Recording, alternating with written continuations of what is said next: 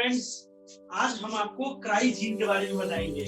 देखिए, हम आपको पेस्ट रेजिस्टेंट प्लांट पढ़ाएंगे। पेस्ट रेजिस्टेंट प्लांट, ऐसे पौधे जो पेस्ट के लिए रेजिस्टेंट है। तो first crop in India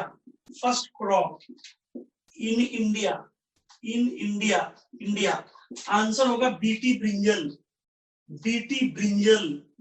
cotton मत लगाना, ब्रिंजल लगाना। फर्स्ट ट्रांसजेनिक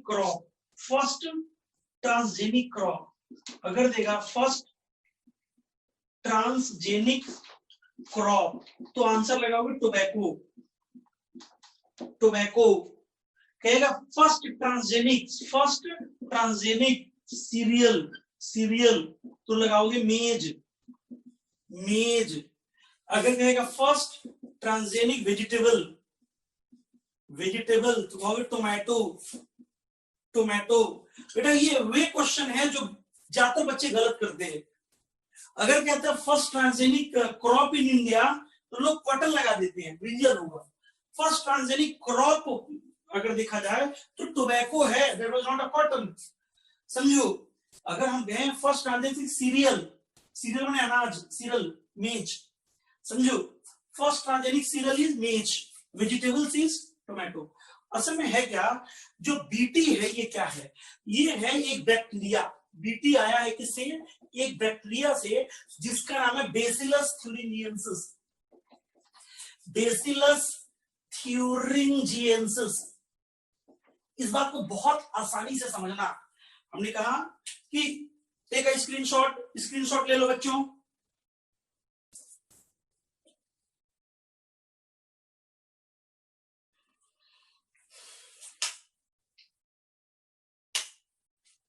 हमने कहा कि पेस्ट रेजिस्टेंट प्लांट, हमने कहा कि लेट अस सपोज ये कोई पौधा है, ये प्लांट है, प्लांट। अगर लेट अस सपोज कि ये कोई ऑर्गेनिज्म है, कुछ भी हो सकता है, ये इसको डैमेज करना चाहता है। ऐसा ऑर्गेनिज्म जो प्लांट को डैमेज करना चाहता है उसे हम बोलते हैं पेस्ट। समझो, और इस पेस्ट को किल करने के लिए हम लोग यूज करते हैं पेस्टिसाइड।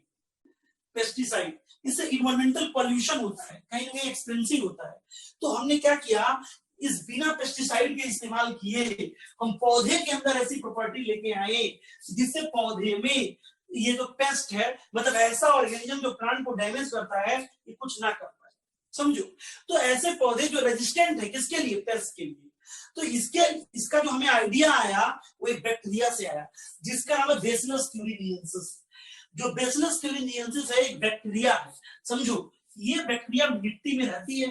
अगर इस बैक्टीरिया की खास बात कहें हम क्या है तो जरा देखिए, हमने कहा कि सिंपलेस्ट स्ट्रक्चर होगा, कॉम्प्लेक्स बिहेवियर हो गया, मैक्सिमम मेटाबॉलिक डाइवर्सिटी होगी, क्योंकि है तो बैक्टीरिया ना। अगर हम बात करें, लेट अस सपोज हमने कहा कि ये बैक्टीरिया है। समझो, ये बैक्टीरिया है, फोटो हम बना रहे हैं इस बैक्टीरिया की, जरा समझना। ये बैक्टीरिया होगी तो इसमें डीएनए होगा। समझो, ये उसका क्या है? डीएनए है। समझो, इस बैक्टीरिया के डीएनए में एक सेगमेंट है, समझो, इसको हम बोलते हैं क्राइजीन। समझो, एक बैक्टीरिया है, ये बैक्टीरिया कहाँ है? मिट्टी में। समझो, उस बैक्टीरिया के अंदर सब में डीएनए होता, बैक्टीरिया में भी डीएनए होगा। तो बैक्टीरिया के अगर डीएनए की बात करें तो उसमें सेगमेंट है। तो डीएनए के सेगमेंट को क्या कहते हैं? जीन। तो जो जीन है ना, क्राइजीन है। अच्छा, जीन है तो एमआरएनए बनाएगा, और एमआरएनए है तो प्रोटीन बनाएगा।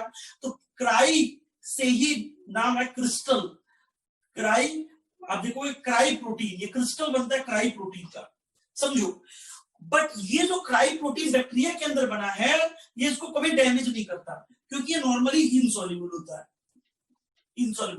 अगर ये बैक्टीरिया किसी भी तरीके से, अगर ये, मेरी बात ध्यान से समझना, अगर ये बैक्टीरिया किसी भी तरीके से अगर इन्फेक्ट कर दे किसी लेपिडोप्टेरान,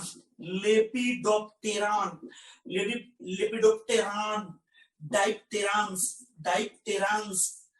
आप देखेंगे क्या? लेपिडोप्टेरान, लेपिडोप्टेरान में आते टोबैको बर्डवर्म और army worm. Tobacco budworm, army warm, army warm, army warm, इसी में आपका बोल वॉर्म भी आता है, boll worm, boll worm, tobacco bud worm, army worm, समझो। डायट्रांस में आते हैं फ्लाइज और mosquito, flies and mosquito, flies and mosquito, समझो। और आप देखोगे कोलियोप्टेरांस, कोलियोप्टेरांस, इसमें आते हैं क्या, बीटल्स, बीटल्स। ये तो आपको देखो एनसीईआरटी में एज इट इज लिखा, आपको एज इट इज पढ़ना है। हम क्या बता रहे हैं, हम एक बैक्टीरिया के बारे में बता रहे हैं जो मिट्टी में रहती है। इस बैक्टीरिया का नाम है बैसिलस thuringiensis। इस बैक्टीरिया की खास बात क्या है कि इसके जो डीएनए है ना, उस डीएनए में एक सेगमेंट है, मतलब एक जीन है जिसका नाम है क्राइजीन। ये जीन है तो एमआरएनए बनाएगी, एमआरएनए है तो प्रोटीन बनेगा। एक क्रिस्टल प्रोटीन बनता है क्राई प्रोटीन बैक्टीरिया के अंदर, जो ये इनसॉल्युबल होता है। लेकिन जब कोई भी लेपिडोप्टेरान, डायट्रांस या सिलोप्टेरांस के मेंबर, मतलब tobacco bud worm, army worm, boll worm, या कोई फ्लाई या कोई मॉस्किटो या ब्रिटल्स, ये सब अगर इन्फेक्ट करें इसको, समझो बात को, तो ये क्या है, जैसे हमने कहा कि कोई भी लेपिडोप्टेरान हो या डायट्रांस हो या कोलियोप्टेरांस हो, तो इनमें क्या होगा, आप देखोगे इनकी बॉडी खूब बड़ी होती है। आप देखोगे ये इनका माउथ होता है, ये इनका माउथ है, माउथ, जो भी माउथ वाला हिस्सा है आप देखोगे ये क्या होता है, फोरगट, फोरगट, फोरगट। ये क्या होता है, मिडगट, मिडगट, मिडगट। और पीछे क्या होता है, hindgut, foregut, midgut, hindgut, hindgut. और आप देखोगे पीछे क्या होगा, एनस होगा, समझो ये एनस होगा उसके एलिमेंट्री कैनाल में। ये जो आप देख रहे हो ये माउथ है, तो एलिमेंट्री कैनाल जाता है फोरगट, मिडगट, हाइंडगट। तो अगर ये बैक्टीरिया किसी भी तरीके से इसके मिडगट में पहुंच जाए तो क्या करती थी कि मिडगट में जाने के बाद मिडगट का पीएच कैसा होता है, alkaline, alkaline pH, alkaline pH. जब अल्कलाइन पीएच है मिडगट में, और अल्कलाइन पीएच में क्राई प्रोटीन क्या हो जाता है, सॉल्युबल, और सॉल्युबल होने के बाद ये मिडगट को परफोरेट कर देगा, मिडगट को छेद देगा और उससे ये मर जाएंगे। तो हमने क्या किया, इस बैक्टीरिया के क्राइजीन को निकाला, और निकालने के बाद आप देखेंगे मक्के में, सोयाबीन में, टमाटर में, बैगन में, आलू में, सब में डाल दिया हमने इस क्राइजीन को। क्या यूज करके, वेक्टर यूज करके। जब उसके अंदर गया तो जीन है तो एमआरएनए बनाएगा, एमआरएनए है तो प्रोटीन बनेगा। और नॉर्मली ये प्रोटीन क्या है, that is not going to cause the harm to the plant, पौधे को नुकसान नहीं पहुंचाता। क्यों, क्योंकि ये इनएक्टिव होता है। ये एक्टिव कब होता है, जब उस पौधे को, समझो कोई लेपिडोप्टेरान, डायट्रान, सिलोप्टेरांस के, कोलियोप्टेरांस के मेंबर जब अगर इन्फेक्ट करते हैं तो उसके मिडगट में अल्कलाइन पीएच के कारण ये जो बन रहा था क्राई प्रोटीन, ये इनसॉल्युबल, वो क्या हो गया, सॉल्युबल। और सॉल्युबल होने के बाद किसको इफेक्ट किया, मिडगट को। याद रखिएगा जो भी ये क्राई जीन है वो क्राई प्रोटीन बताता है। जीन में सी स्मॉल होता है, प्रोटीन में सी कैपिटल होता है। This is going to depend upon the type of plant and the targeted pest. समझो ये जो क्राई जीन या क्राई प्रोटीन होता है बहुत स्पेसिफिक होता है, ये ध्यान से सुनना, ये बहुत स्पेसिफिक होता है। ये डिपेंड करता है किस पे, क्रॉप पे, क्रॉप पे and targeted paste, targeted paste. मतलब कई तरह के क्राई जीन देखे गए हैं जो कई तरह के फसलों में एप्लीकेबल है, मतलब स्पेसिफिक है। जैसे हम कहें जो भी आपका क्या है, बोल वॉर्म है, boll worm, boll worm, boll warm, इसको डैमेज करता है क्या, Cry first AC and Cry second AB. ये भूलना नहीं, क्राई फर्स्ट एसी और क्राई सेकंड एबी, ये जीन किसको टारगेट करके किल कर देगा, बोल वॉर्म को। अगर हम कहें मक्के के केस में कॉर्न बोरर होता है, कॉर्न बोरर, इसको Cry first AB, Cry first AB, ऐसे याद रखना। तो क्राई फर्स्ट एसी और क्राई सेकंड एबी, समझो बात को। ये जीन किसके लिए स्पेसिफिक है, बोल वॉर्म के लिए, और क्राई फर्स्ट एबी किसके लिए स्पेसिफिक है, कॉर्न बोरर के लिए। कुल मिला के मोटी मोटी बात एक बार ध्यान से सुनो। हमने कहा मिट्टी में बैक्टीरिया है जिसका नाम है बैसिलस thuringiensis। ये बैक्टीरिया के अंदर जो डीएनए है उस डीएनए के अंदर एक जीन है जिसका नाम है क्राई जीन। जो क्राई जीन होता है एक प्रोटीन बताता है, क्राई प्रोटीन। और ये क्राई प्रोटीन बैक्टीरिया को डैमेज नहीं करता क्योंकि बैक्टीरिया में ये इनसॉल्युबल होता है। लेकिन जब उस बैक्टीरियल इंफेक्शन किसी भी लेपिडोप्टेरांस, डायट्रांस और सिलोप्टेरांस में हो जाए, मतलब tobacco bud worm, army worm, boll worm, या किसी फ्लाई में या किसी मॉस्किटो में या किसी बीटल्स में हो जाए, तो क्या होता है कि ये उनके मिडगट में जाने के बाद ये जो क्राई प्रोटीन है ये जाके अल्कलाइन पीएच के कारण ये सॉल्युबल हो जाता है और सॉल्युबल होने के बाद उस मिडगट को परफोरेट कर देता है और उनकी जान चली जाती है। तो हमने क्या किया, इस क्राई जीन को निकाल करके किसी भी पौधे के सेल में, कोई भी प्लांट सेल से, कोई बैगन है या सोयाबीन है या कॉटन है या टमाटर है या जो है, उस प्लांट सेल में हमने इस क्राई जीन को इंजेक्ट कर दिया और इस प्लांट सेल को हमने टिश्यू कल्चर टेक्नोलॉजी से कंप्लीट प्लांट बना दिया। अब इस प्लांट में क्या है, क्राई जीन चला गया, जीन तो प्रोटीन बनाएगा ही, बट इस पौधे को डैमेज नहीं करेगा। क्यों नहीं डैमेज करेगा, ये जो क्राई प्रोटीन है वो इनसॉल्युबल है। लेकिन अगर इस पौधे पे कोई फ्लाई आके बैठी या मॉस्किटो या बीटल्स या टोबैको बर्डवर्म, आर्मीवर्म, बोलवर्म, कोई भी अगर इनको इन्फेक्ट किया तो क्राई प्रोटीन उसके गट में चला जाएगा।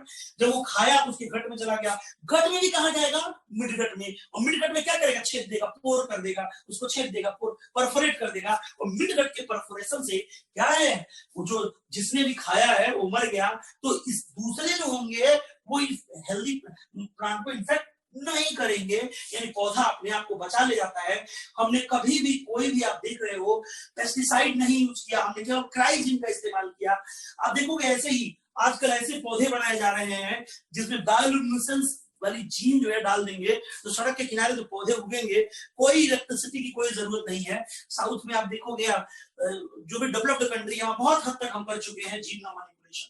तो आपने देखा कि पेस्ट रेजिस्टेंट प्लांट में आपने क्राई जीन का कॉन्सेप्ट देख लिया। अच्छा जरा बता दो बच्चों, समझ में आया? Yes sir.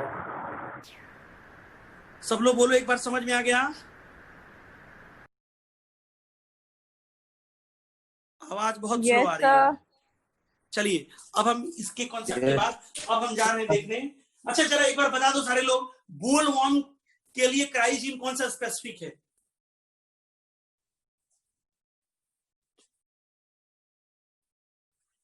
बेटा नीट में यही पूछेगा, बोलवर्म के लिए कौन सा स्पेसिफिक है, तो कहोगे क्राई फर्स्ट एसी और क्राई सेकंड एबी, और पूछेगा कॉर्न बोरर के लिए क्राई फर्स्ट एबी। अगर न याद हो तो ऐसे याद रखना, क्राई 1 2 कर लो।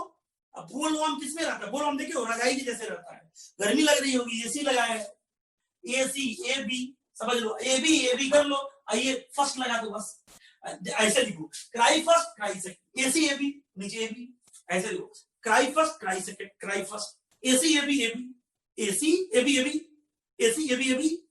अरे यार क्राई फर्स्ट क्राई सेकंड समझो, फिर इसमें भी बोल रहे कौन बोल रहे, क्राई फर्स्ट एसी एबी, नीचे खाली है, ऊपर एसी भी है, अबे एसी एबी एसी, समझो, Cry first AC Cry second AB, ये किसके लिए स्पेसिफिक है, बोलवर्म के लिए, और क्राई फर्स्ट भी कॉर्न बोरर के लिए। अब मेरी बात ध्यान से समझना, इसको हम जा रहे हैं मिटाने। अब हम देखने जा रहे हैं आरएनए इंटरफेरेंस। अच्छा जो आरएनए इंटरफेरेंस है यार, ये लोगों को समझ में नहीं आता है, ठीक है, तो ज्यादातर लोग इसमें हम देखते हैं गलत पढ़ाते हैं।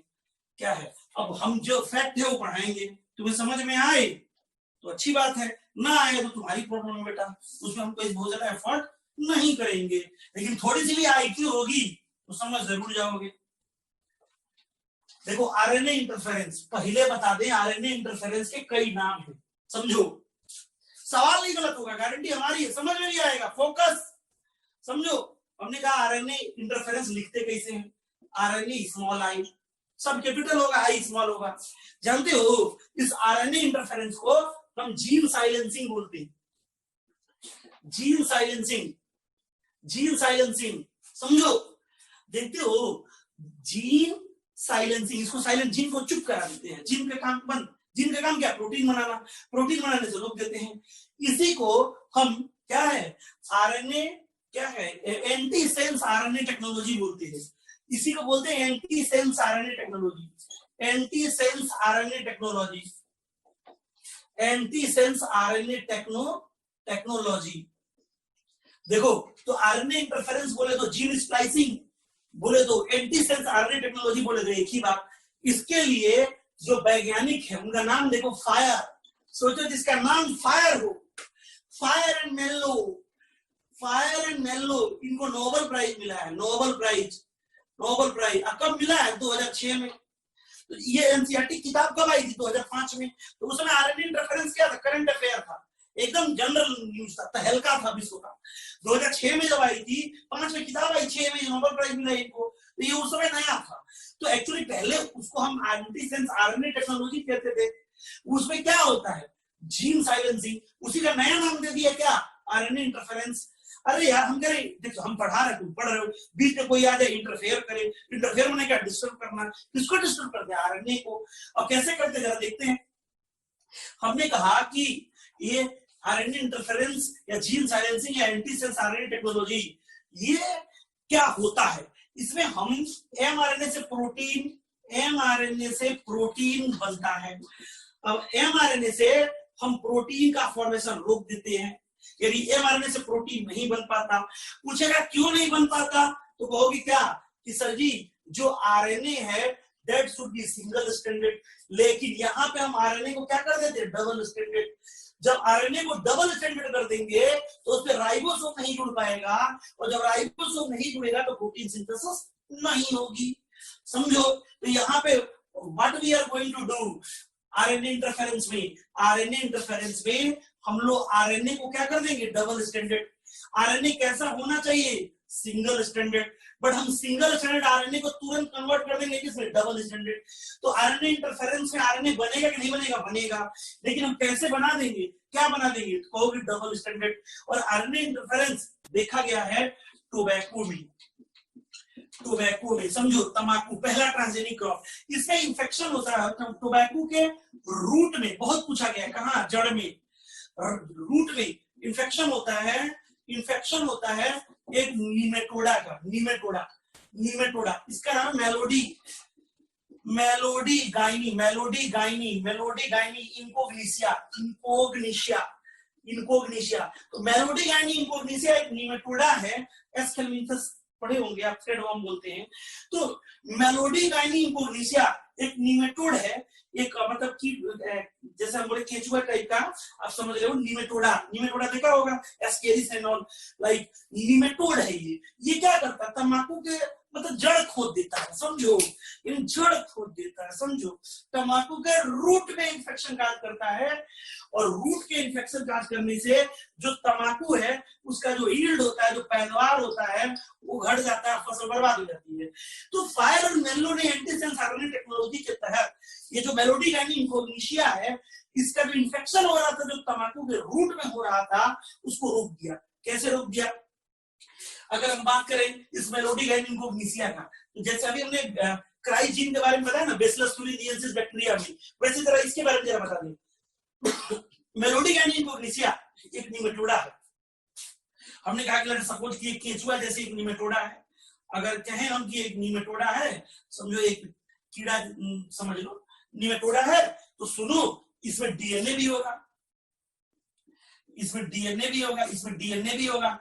अगर डीएनए है तो इसके अंदर आप देखोगे इस डीएनए से क्या बनता होगा, एमआरएनए, और एमआरएनए से क्या बनेगा, प्रोटीन, इस प्रोटीन से क्या बनेगा, एंजाइम, और ये एंजाइम क्या करेगा, ये एंजाइम अपना एक फिजियोलॉजिकल रेस्पॉन्स दिखाएगा इसके अंदर। तो होता क्या है कि जब इंफेक्शन होता है तंबाकू के रूट में, हमने कहा कि ये देखो, ये तुम्हारा टोबैको प्लांट है, तंबाकू का पौधा है, इसके रूट में इंफेक्शन हो गया।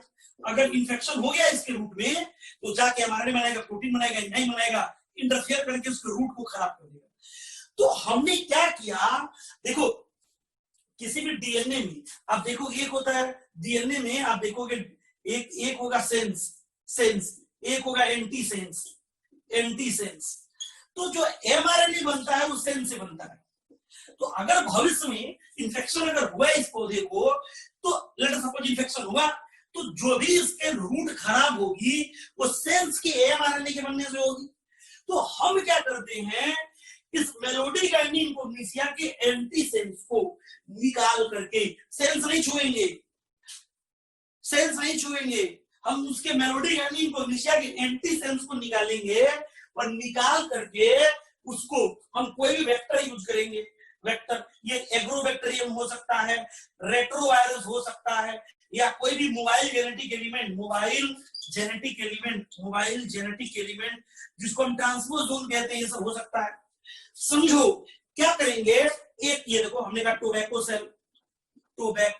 टोबैको सेल, तंबाकू के कोशिका में डाल देंगे। तंबाकू की कोशिका में क्या डालेंगे? एंटीसेंस। किसका इस्तेमाल करेंगे? वेक्टर का।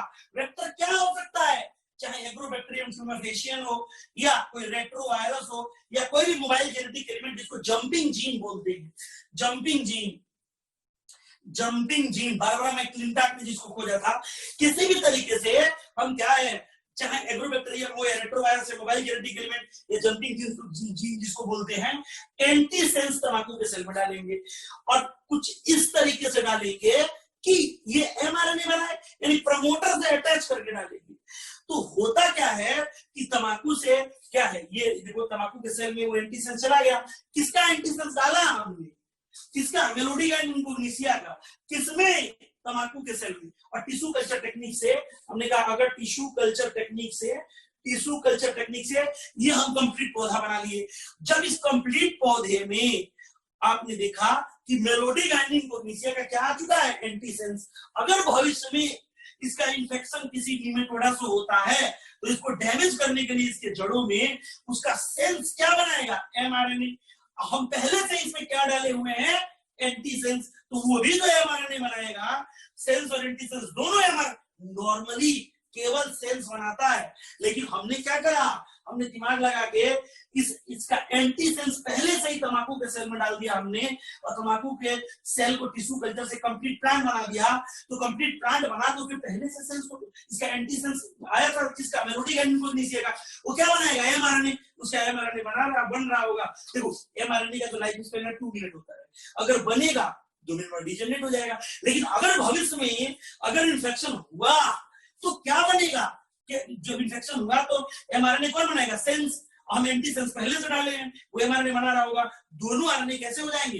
Double standard. और आरएनए कैसा हो गया? Double standard. और जैसे ही आरएनए डबल स्टैंडर्ड बनता है, आप देखोगे डबल स्टैंडर्ड आरएनए बनता है, यहाँ पे एक एंजाइम है जिसको बोलते हैं डाइसर। पूरा बहुत बड़ा नाम है, डाइओसाइल सिंथेटेज नाम है इसका। डाइसर बन जाता है। डाइसर समझ लो एक कैंची है। वो डाइसर क्या करता है? डबल स्टैंडर्ड आरएनए को, जैसे हमने कहा आरएनए ऐसे है डबल स्टैंडर्ड आरएनए को ये कुतर देगा, छोटे छोटे टुकड़े में बदल देगा।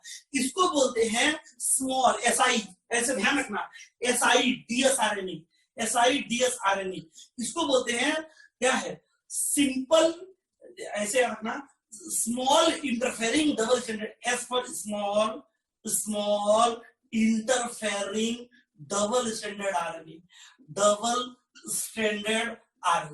अब क्या होता है? ऑटोमेटिकली कॉम्प्लेक्स बनता है, उसको बोलते हैं क्या?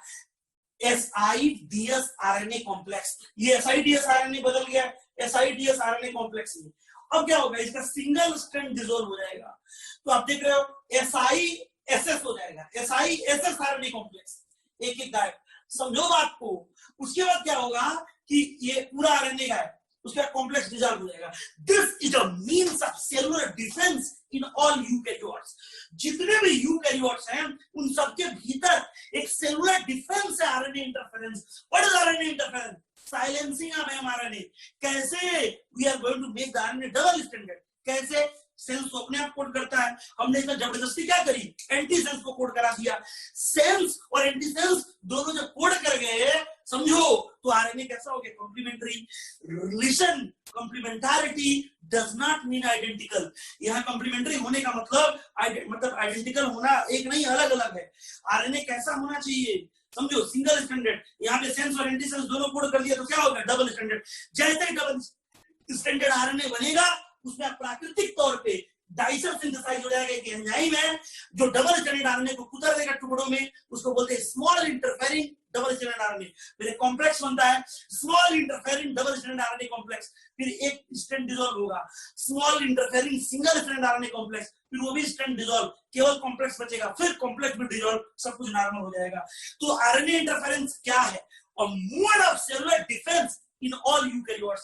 जितने भी यूकैरियोट्स हैं उनमें सेलुलर डिफेंस है। ये किसमें देखा गया? मेलोडीगाइन इंकोग्निसिया। ये क्या है?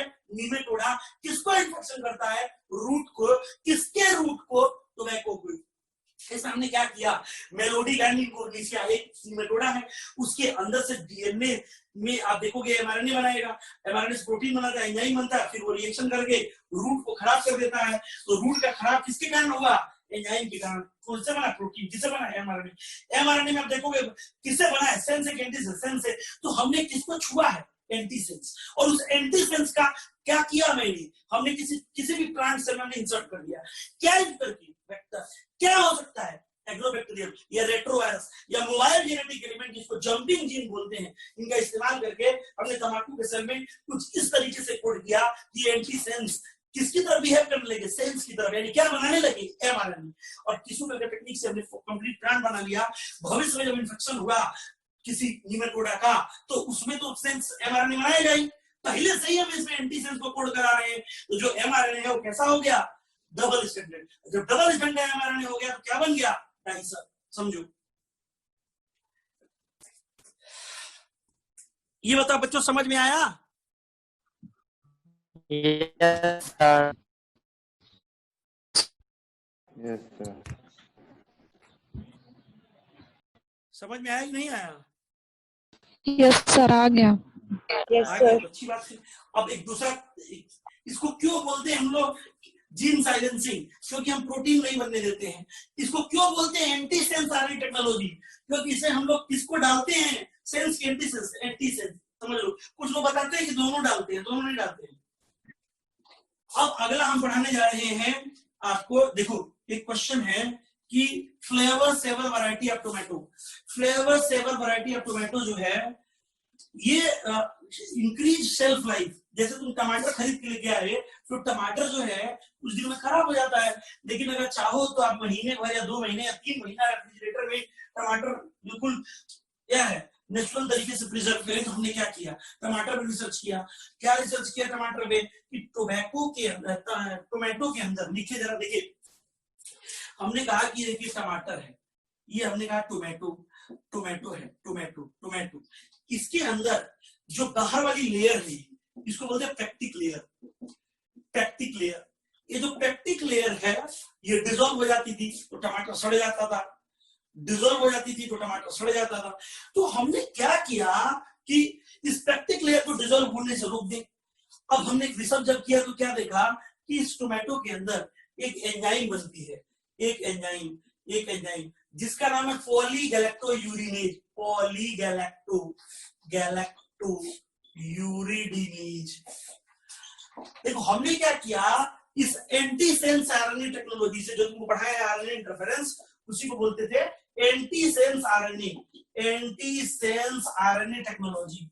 एंटीसेंस आरएनए टेक्नोलॉजी मतलब आरएनए को हमने कैसा कर दिया? Double standard. जब डबल स्टैंडर्ड कर दिया तो आरएनए साइलेंट हो जाएगा, ये एंजाइम नहीं बनेगा। जब एंजाइम नहीं बनेगा तो टमाटर का पेक्टिक लेयर डिसॉल्व नहीं होगा। जब टमाटर का पेक्टिक लेयर डिसॉल्व नहीं होगा तो जो टमाटर की क्या है सेल्फ लाइफ है, सेल्फ लाइफ ये बढ़ जाएगी। यानी टमाटर जो हफ्ते भर तक स्टोर कर सकते थे उसको महीने भर तक स्टोर किया जा सकता है। और इसका सहारा लेके हमने बनाया है Flavr Savr variety of tomato. Variety of tomato. हमने टमाटर के Flavr Savr variety of tomato बनाया है। किस टेक्नोलॉजी का सहारा लेके? पॉलीगैलेक्टोयूरिनेज। उसमें हमने एंजाइम बनने दिया? नहीं बनने दिया। क्या नाम है? पॉलीगैलेक्टोयूरिनेज। ये क्या करता था? टमाटर का पेक्टिक लेयर को डिसॉल्व कर देता था। एंजाइम नहीं बनी तो टमाटर का सेल्फ लाइफ इंक्रीज हो गया। बेटा एनसीईआरटी दिख रही है क्या? Yes sir. हाँ, अब जो है देखो ये बीटी के बारे में जो हमने पढ़ाया आपको कि लेपिडोप्टेरान, डायप्ट्रांस और ये सारी चीजें यहाँ पे दी हुई है। ठीक है, ये देखो activated toxin surface of midgut epithelium.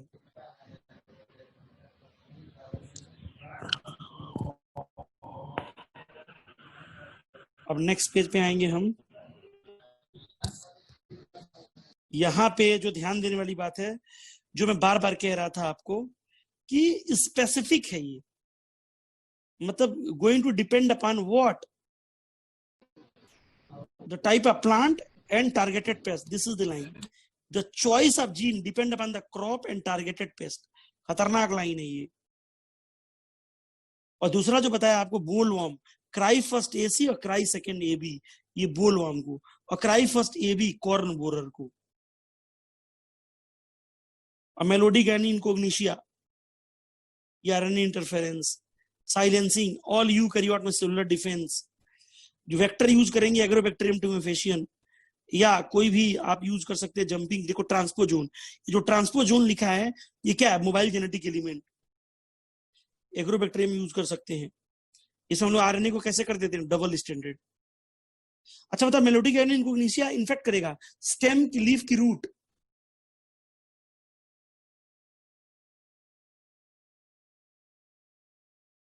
बता बच्चों। लीफ। बहुत पटक के मारूंगा। Root root sir, root. हाँ रूट, ठीक है बेटा, गलती मत करना थोड़ा सा। अच्छा एक बात बताएं, जो जिसकी तुम तैयारी कर रहे हो ना, वो जानते हो बहुत इजी होता है, बट तुमको ना एक से एक क्या है, पागल है जो बोलते हैं बहुत टफ है, तो तुम डर जाते हो। तो डर जाते हो तो तुम चीजों को ना, अब बताओ कितनी बार हम कह रहे हैं रूट रूट रूट, तो बच्चा लीप बोल रहा है। तो तुम्हारी गलती नहीं है बेटा, वो तुम्हारे दिमाग में ये है ना कि जो तुम कर रहे हो बहुत टफ काम कर रहे हो, क्योंकि घंटा नहीं टफ है, कुछ नहीं है। अब मत करना गड़बड़। अब आ जाओ, देखो ये देखो यहाँ पे दो पौधा, दो दिया हुआ है। पहला कंट्रोल एक्सपेरिमेंट, दूसरा ट्रांसजेनिक है 5 दिन के बाद। देख रहे हो कैसे गठिया गया है पूरा, और दूसरा कैसे उसे बचाया गया है। ये जो है ये इन्फेक्टेड है, और ये उसको बचा लिया गया, तो ये इन्फेक्शन के मतलब ठीक हो गया, तो ये ऐसा हो गया। देखो लिखा है B transgenic plant root 5 day after deliberate, जानबूझ के इन्फेक्शन करा दिए तब हुआ है। Host plant generated double standard RNA trigger protection against the nematode infestation. A क्या है, root of typical control plant, यानी जो टिपिकल कंट्रोल प्लांट है। बी क्या है, transgenic plant root, transgenic plant का रूट है वो, मतलब जो हमने बनाया है फोटो। अब यहाँ पे देखो बायोटेक्नोलॉजी एप्लीकेशन इन मेडिसिन, इसको क्या बोलेंगे बताओ, बताओ बच्चों। Very good, red biotechnology. अब देखो पूरे विश्व में रेड बायोटेक्नोलॉजी में 30 थेराप्यूटिक्स बनाए गए हैं, समझ रहे हो, 12 इंडिया में यूज होते हैं। अब देखो जेनेटिकली इंजीनियर्ड इंसुलिन, इसका नाम है, एक सवाल जरूर आएगा, जेनेटिकली इंजीनियर्ड इंसुलिन, इसका नाम है ह्यूम्यूलिन,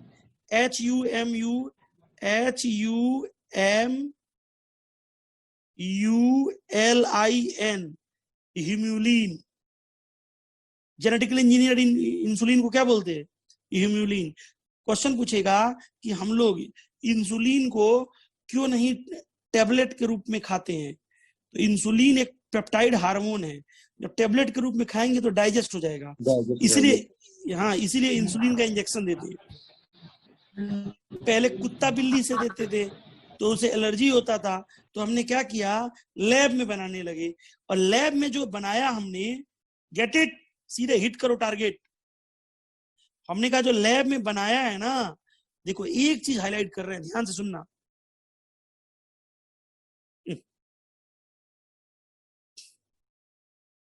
देखो ये देखो RDNA technique, 1 minute, highlighter, yes highlighter, ये देखो केवल RDNA, देख रहे हो, RDNA मतलब कहेगा कि जो जेनेटिकली इंजीनियर्ड इंसुलिन है वो कैसे बनाते हैं, cDNA की RDNA, कहोगे RDNA। और इसमें आप देखोगे कि क्या है कि जब भी ये बनता है तो ये इमेच्योर रूप में होता है, प्रो हार्मोन। तो प्रो हार्मोन में देखोगे ये जो फिगर है, देखिए ऊपर देखो A चेन और नीचे देखो क्या है, B चेन, एक ब्लू है एक ग्रीन कलर है, तो ब्लू वाला क्या है, A चेन, और ग्रीन वाला क्या है, B चेन, और बीच में क्या है, C पेप्टाइड। जब C पेप्टाइड रहेगा तो ये काम नहीं कर पाएगा, तो C पेप्टाइड को हटाना है और A और B को डाइसल्फाइड से जोड़ देना है, तो मैच्योर हो जाएगा। तो ऊपर देखो प्रो हार्मोन है, ये जो है बेटा ये प्रो हार्मोन है। इसमें क्या दिक्कत है, इसमें सी पेप्टाइड दिक्कत काज कर रहा है। जब ये देखो नीचे सी पेप्टाइड को ये निकाल दिया हम अलग, तो ये जो प्रो हार्मोन था यानी इनएक्टिव हार्मोन था, वो क्या हो गया, एक्टिव। इनएक्टिव हार्मोन किससे बदल गया, एक्टिव हार्मोन में। किसके रिमूवल से, तो सी पेप्टाइड से। आप याद रखना कि जो भी इंसुलिन है, आप देखोगे इसमें कि दो पेप्टाइड है, यानी दो चेन है ए और B link together by disulphide bond, और इसमें एक्स्ट्रा स्टेज का नाम क्या है, C peptide. C peptide is not present in mature insulin, यानी जब इमेच्योर से मैच्योर होगा तो क्या हट जाएगा, सी पेप्टाइड। और कौन सी डीएनए टेक्नोलॉजी है, आर डीएनए टेक्नोलॉजी। 1983 में अमेरिकन कंपनी है एली लिल्ली, जिसने ए और बी चेन बना लिया और उसको जानबूझ के जोड़ दिया, कहाँ, लैब में, क्या बना के, डाइसल्फाइड बॉन्ड। और कमर्शियल लेवल पे इंसुलिन का आप देखोगे इंजेक्शन मिलता है मार्केट में, बहुत आसानी से यूज किया जा सकता है। ठीक है, तो पूछेगा पहला सवाल, जेनेटिकली इंजीनियर्ड इंसुलिन का क्या नाम है? ह्यूमेलिन। ये कौन सी कंपनी बनाई थी, एली लिल्ली, कहाँ की है, अमेरिका की। कब बनाई, 1983। किस टेक्नोलॉजी से, आरडीएनए टेक्नोलॉजी।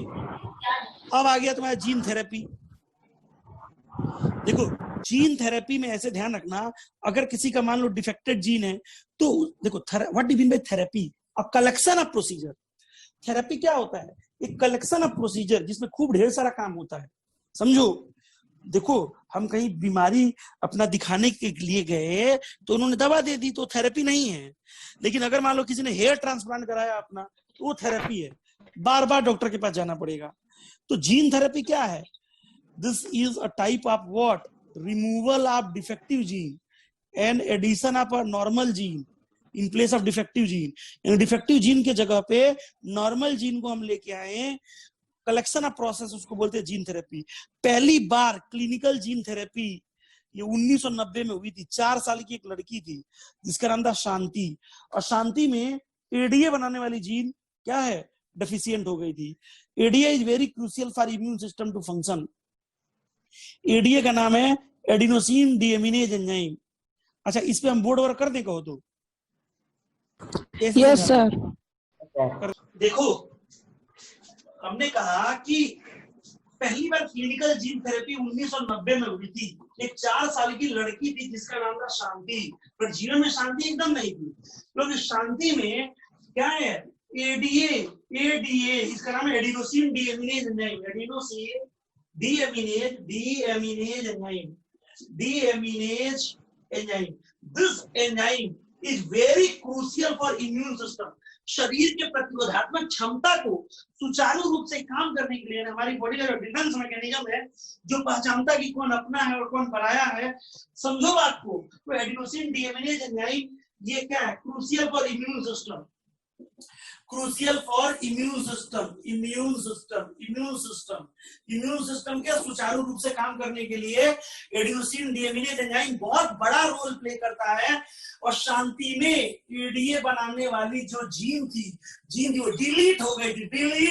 डिलीट पूछेगा, insert, replicate, revert, duplicate, delete, तो कहोगे डिलीट। ये वाकया है 1990 का, जब 4 साल की एक लड़की थी, नाम शांति था, और जीवन में घोर अशांति थी। क्या दिक्कत थी उसको, शांति में एडीए बनाने वाली जीन डिलीट हो गई थी। एडीए बनाने वाली जीन का काम क्या है, एक एंजाइम बनाना जिसका नाम है एडिनोसिन डीएमिनेज एंजाइम। अगर इस एंजाइम की कमी हो जाए तो बीमारी होता है एससीआईडी, सीवियर कंबाइंड इम्यूनोडेफिशिएंसी डिजीज। समझो, यानी severe combined, this is more dangerous than HIV. ये एचआईवी से भी ज्यादा घातक है, इसको सीवियर कंबाइंड इम्यूनोडेफिशिएंसी डिजीज बोलते हैं। एससीआईडी, इसकी कमी से जो बॉडी का डिफेंस मैकेनिज्म है वो फेल हो जाता है और इंसान की मौत हो जाती है। समझो बात को। तो इसके देखो पूछेगा, पहली बार क्लिनिकल जीन थेरेपी 1990 किसने हुआ था, शांति। क्या थी, लड़की, कितने साल, 4 साल। एडीए बनाने वाली जीन क्या हो गई थी, डिलीट। एडीए बनाने वाली जीन का काम क्या है, एडिनोसिन डीएमिनेज एंजाइम बनाना। This enzyme is very crucial for immune system to function. तो क्या दिक्कत है भैया, जीन थेरेपी कर लो। तो जीन थेरेपी, जैसे मान लो हम अपनी बॉडी में जीन थेरेपी करें, कुछ थोड़ी ना होगा। जीन थेरेपी स्टेम सेल में करना पड़ेगा, यानी अर्ली एम्ब्रियोनिक कंडीशन में। तो देखो इसके ट्रीटमेंट तो है, इसका ट्रीटमेंट देखो, डॉक्टर के पास गए तो डॉक्टर इलाज करता है, समझो, वो ट्रीटमेंट है। जो हम ठीक होते हैं वो क्या होता है, क्योर होना। इसका ट्रीटमेंट तो है, बट इसका जो क्योर है बड़ा मुश्किल है। इसका क्योर कब है, जब अर्ली एम्ब्रियोनिक कंडीशन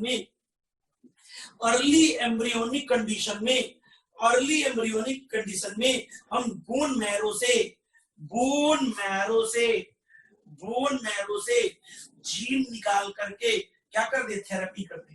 यानी बोन मैरो से जीन निकाल के थेरेपी कर दें अर्ली एम्ब्रियोनिक कंडीशन में, तो इसका परमानेंट क्योर है।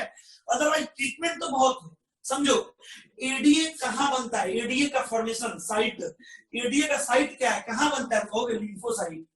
लिम्फोसाइट, लिम्फोसाइट यानी हमारे बॉडी में या आपकी बॉडी में एडीए कहाँ बनता है, तो कहोगे सर जी ये हमारे लिम्फोसाइट में बनता है। समझो आपको।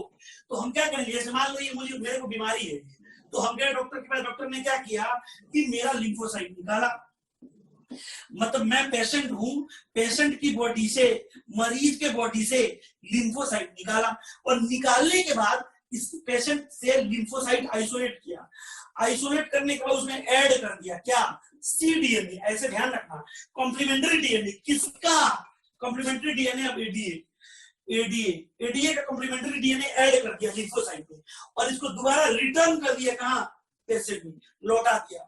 यानी हम अगर मरीज हैं गए दिखाने के लिए, डॉक्टर ने मेरा लिम्फोसाइट निकाला, उस लिम्फोसाइट में एडीएफ का कॉम्प्लीमेंट्री डीएनए डाल दिया, यानी जो जीन डिलीट हो गई थी वो काम हो जाएगा। लेकिन एक बात बताओ, बार बार लिम्फोसाइट निकालना पड़ेगा, बार बार कॉम्प्लीमेंट्री डीएनए डालना पड़ेगा, तो एक समय ऐसा होता है कि बॉडी में एलर्जी हो जाती है, और एलर्जिक रेस्पॉन्सेस के कारण पेशेंट की मौत हो जाती है।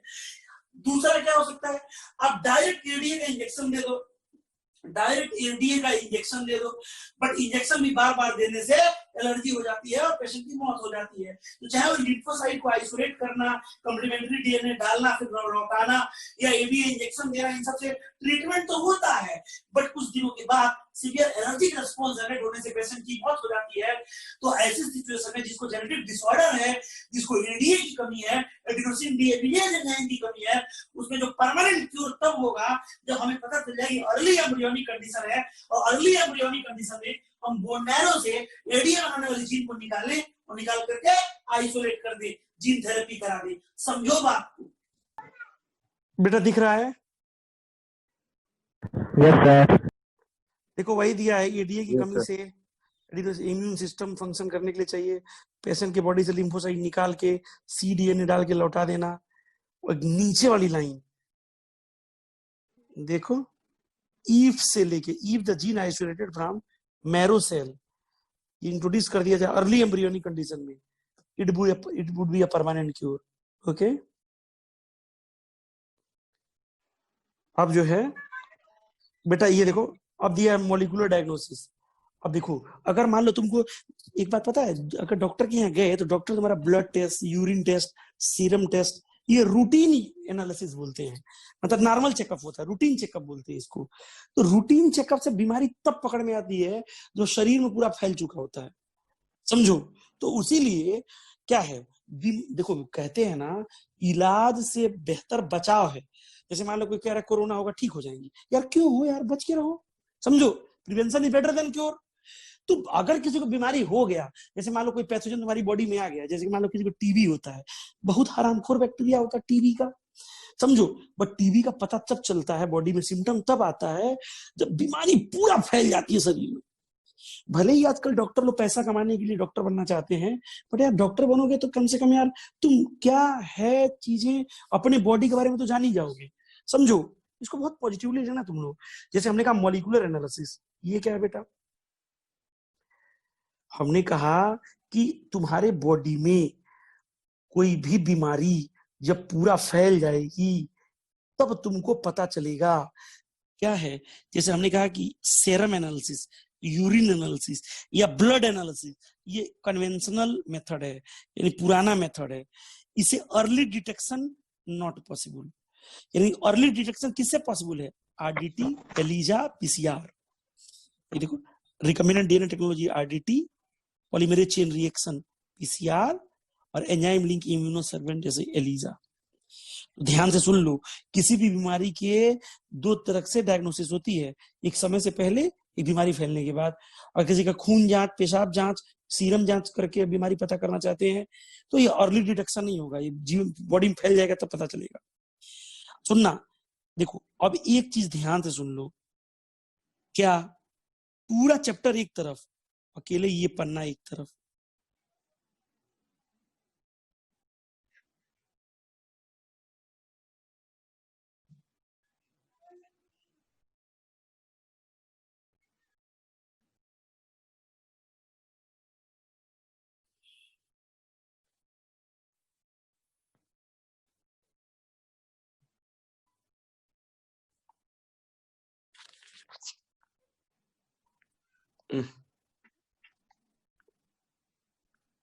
आ गया ये इरेज। सुनो भाई, देखो क्या करेगा, स्कैन करके ये दे देगा आपको।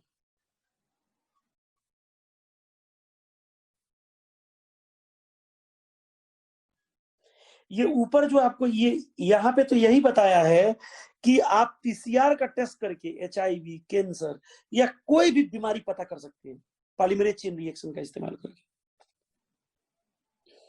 है ना। ये देखो कहेगा single standard DNA RNA tagged with radio active molecule, इसको बोलते हैं हम लोग क्या, प्रोब। पूछेगा व्हाट इज प्रोब, तो कहोगे सिंगल स्टैंडर्ड DNA हो या RNA जिसपे क्या लगा हो, रेडियो एक्टिव मॉलिक्यूल, उसको क्या बोलेंगे, प्रोब। और एक चीज ऐसे ध्यान रखना, जो प्रोब के अंदर म्यूटेटेड जीन होती है not appear on photographic film. कह रहा प्रोब में जो म्यूटेटेड जीन है वो फोटोग्राफिक फिल्म में दिखेगी कि नहीं दिखेगी, तो कहोगे नहीं दिखेगी। ऐसे लाइन देगा, कहेगा single standard DNA RNA tag with radioactive molecule, क्या होगा, कहोगे प्रोब। बेटा दिख रहा है?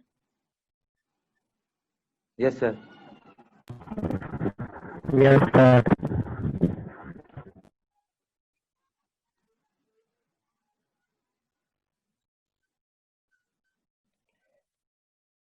देखो अब जो है आपका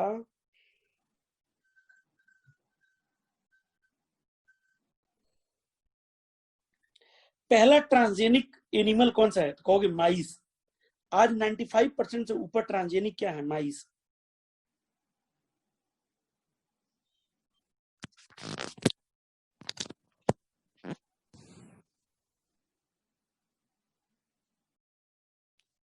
बता सबसे ज्यादा ट्रांसजेनिक ऑर्गेनिज्म कौन है, माइस। माइस। ट्रांसजेनिक ऑर्गेनिज्म का मतलब है organism having foreign functional gene, ऐसा जीव जिसमें दूसरे जीव का DNA है, organism that is going to have DNA of other organism. तो इससे हम लोग को क्या मिला है, आज जितना दवा वो आप देख रहे हो नॉर्मल फिजियोलॉजी और डेवलपमेंट से रिलेटेड सब उसी से तो बन रहा है। जैसे मान लो किसी को मेटाबॉलिक डिसऑर्डर हो गया, किसी को कैंसर हो गया, तो कैंसर का इलाज कैसे करना है, या जो कोरोना आ गया है, अब कोरोना का वैक्सीन डायरेक्ट ह्यूमन में थोड़ी ना होगा, पहले ट्रांसजेनिक ऑर्गेनिज्म पे लेंगे, माइस पे, मंकी पे, फिर ह्यूमन पे लेके आएंगे, समझो। तो नॉर्मल फिजियोलॉजी और डेवलपमेंट समझने के लिए ट्रांसजेनिक ऑर्गेनिज्म का यूज करते हैं। इसमें ऐसे ध्यान रखना, अगर किसी की हाइट वेट नहीं बढ़ रही है तो पहले तो क्या था, कोई इलाज ही नहीं था। अब क्या हाइट नहीं बढ़ती है तो डॉक्टर के पास जाते हैं, डॉक्टर इंजेक्शन लगा देता है, बढ़ जाती है हाइट। तो ये कैसे पता चला, ट्रांसजेनिक ऑर्गेनिज्म का यूज करके। देखो इस ट्रांसजेनिक ऑर्गेनिज्म का और इस्तेमाल कहाँ होता है, study of disease, study of disease, disease को स्टडी करते हैं। और क्या करेंगे, बायोलॉजिकल प्रोडक्ट बनाते हैं। बायोलॉजिकल प्रोडक्ट में आपको दो याद रखना है, अल्फा-1 एंटीट्रिप्सिन, अल्फा-1 एंटीट्रिप्सिन ये किसके इस्तेमाल में यूज करते हैं, अल्फा-1 एंटीट्रिप्सिन इस्तेमाल में यूज करेंगे किसके, एम्फाइसेमा, जो कि किसमें होता है, सिगरेट स्मोकिंग। पूछेगा अल्फा-1 एंटीट्रिप्सिन किस बीमारी में यूज करते हैं, कहोगे क्या है, एम्फाइसेमा। 1997 में गाय बनाई गई रोजी, जिसे प्रोटीन कंटेंट कितना है, 2.4 ग्राम पर लीटर, इसके बारे में उस दिन बताए थे। इसमें क्या है, अल्फा-1 लैक्टोएल्बुमिन, रोजी गाय में क्या है जो ह्यूमन फीमेल की मिल्क में होता है, तो बोलोगे अल्फा लैक्टोएल्बुमिन। अच्छा ये अल्फा लैक्टोएल्बुमिन ऐसी चीज है, जैसे मान लो कोई एकदम दुबला पतला हो, सुखड़ सा, उसका मसल ग्रोथ नहीं हो रहा है, अल्फा लैक्टोएल्बुमिन अगर मिल जाए तो एकदम बॉडी हैवी हो जाएगी। मतलब जो ये अल्फा लैक्टोएल्बुमिन का इस्तेमाल ना इलीगल तरीके से, गलत तरीके से जो जिम वाले होते हैं वो भी करते हैं।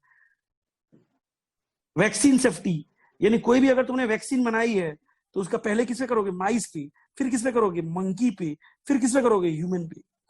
ये याद रखना, केमिकल सेफ्टी टेस्टिंग, यानी जो भी आपने बनाया है वो किस हद तक उपयोग है, मतलब वो है या नहीं है, यूज करना चाहिए कि नहीं करना चाहिए, उसकी सेफ्टी टेस्टिंग जो होती है ट्रांसजेनिक ऑर्गेनिज्म पे होती है। यहाँ पे एक चीज समझ लो, जैसे क्या है कि मान लो कोई दवा बनाए, तो वो दवा हम खाएं या किसी ट्रांसजेनिक ऑर्गेनिज्म को खिला दें, तो हम लोग नेचुरल हैं, तो हम लोग में असर अगर हफ्ते भर में आएगा, तो ट्रांसजेनिक ऑर्गेनिज्म में ये 1 घंटे में असर दिख जाएगा। यानी जो सेंसिटिविटी होती है ट्रांसजेनिक ऑर्गेनिज्म की वो ज्यादा होती है। सारे बच्चे बोलो जरा माइक खोल के, बोलो ट्रांसजेनिक ऑर्गेनिज्म की ट्रांसजेनिक एनिमल की सेंसिटिविटी सेंसिटिविटी नॉर्मल से बहुत ज्यादा होती है। नॉर्मल से बहुत ज्यादा होती है। अच्छा अब सुन लो, जैसे मैं अब तुमको क्या बताएं, बायोटेक्नोलॉजी से जो चाहो कर सकते हो। कोई बच्चा मंद बुद्धि है तो बहुत होशियार हो जाएगा, मतलब कोई किसी को बीमारी है एकदम ठीक कर लो। लेकिन बेटा इसके जो रिजल्ट होते हैं ना, कभी कभी मान लो क्या है, किसी ने क्या है अपने अंदर डायनासोर का जीन डाल लिया, खतरनाक हो जाएगा, पूरा तबाही मचा देगा। तो ऐसे लोगों को ना अलाउ नहीं करते कि जो मन करे वो करो। तो अपने भारत में एक संस्था है जिसका नाम है जियाक, वो बताती है क्या करना है और क्या नहीं करना है। ठीक है, अब इसमें लिखा है एथिकल इशू।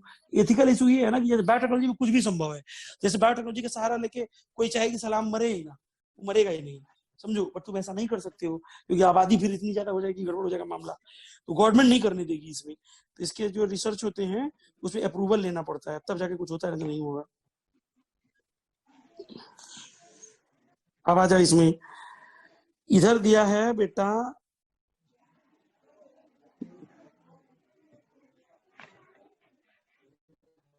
अब देखो, जैसे राइस है, चावल, तो चावल का 2 लाख वैरायटी है इंडिया में चावल का। बताओ इंडिया में चावल की वैरायटी कितनी है? 2 लाख। ये देखो 2 lakh variety of rice. Basmati का केवल 27 है।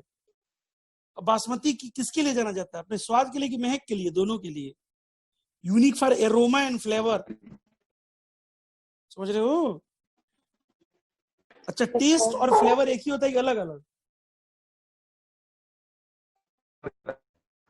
अलग अलग होता है, समझ गए? जो टेस्ट होता है हमारी जीभ बताती है, और जीभ और नाक दोनों मिलके फ्लेवर बताते हैं। एक ही टेस्ट में कई फ्लेवर हो सकते हैं। अब 1997 में एक अमेरिका की कंपनी है जिसने बासमती को अपना आविष्कार क्लेम कर लिया। तो पूरे विश्व में जो लोग बेच रहे होंगे बासमती, उनको टैक्स देना पड़ेगा अमेरिका को। खैर ये अब टूट गया है, कुछ दिनों के लिए हुआ था, फिर अब तो क्या है, अगर जिसकी भी मतलब वर्क है, अगर मान लो तुमने कोई काम किया है तो उसका क्रेडिट तुमको मिलेगा। अगर कोई और गलत तरीके से पेटेंट करा लिया गया है तो तोड़ दिया जाएगा उसका। तो देखो एक हेडिंग दिया biopiracy. What do you mean by biopiracy?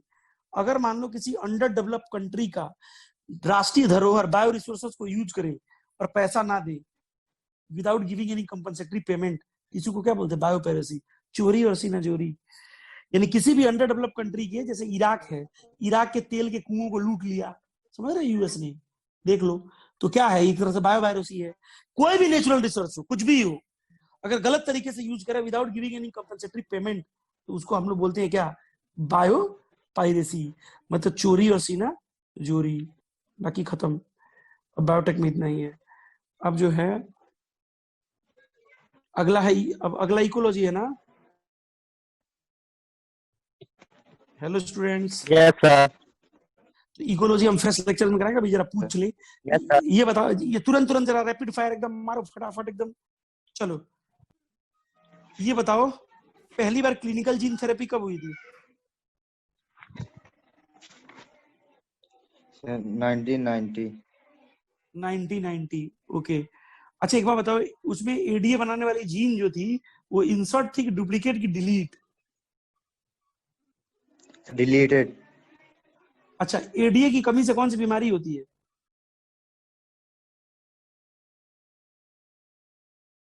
SCID, severe combined immuno deficiency disease.